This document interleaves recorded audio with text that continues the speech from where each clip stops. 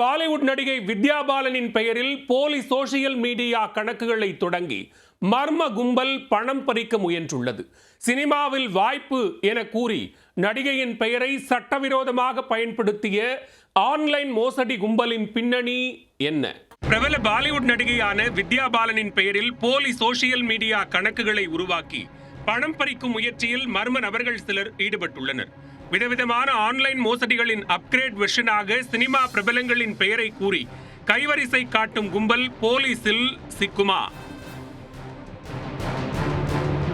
இணையதள சேவையின் தேவை உச்சம் தொட அதை ஊறுகாயாக மாற்றி ஆன்லைன் மோசடியை அரங்கேற்றும் கும்பல் அதிகரித்துக் கொண்டே வருகின்றன. தினசாக ஆன்லைன் மோசடி வேலைகளை அரங்கேற்றிய கும்பல் அதன் அப்கிரேட் வெர்ஷனாக அடுத்த கட்டத்திற்கு நகர்ந்திருப்பது பெரும் பிரளயத்தை கிளப்பியுள்ளது.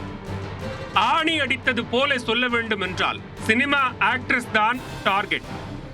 பிரபலங்களின் பெயரில் போலியாக சோசியல் மீடியா கணக்குகளை ஓபன் செய்து அதிலிருந்து அப்பாவி மக்களுக்கும் பணக்கார மீன்களுக்கும் வலை வீசி பணத்தை சுருட்டும் அபேஸ் கும்பல்கள் விஸ்வரூபம் எடுத்துள்ளன.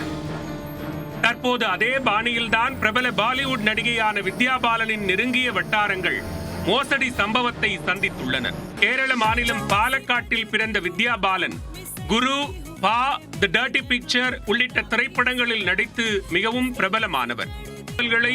பெரும் அச்சம் கிளப்பியுள்ளது. எது எப்படியோ இருக்கட்டும், எந்த ரூபத்தில் மோசடிக்காரர்கள் என்ட்ரி கொடுத்தாலும் அவர்களிடம் லாக்காகி பணத்தை இழக்காமல் இருக்க வேண்டும் என சைபர் கிரைம் போலீசார் எச்சரிக்கை விடுத்துள்ளனர்.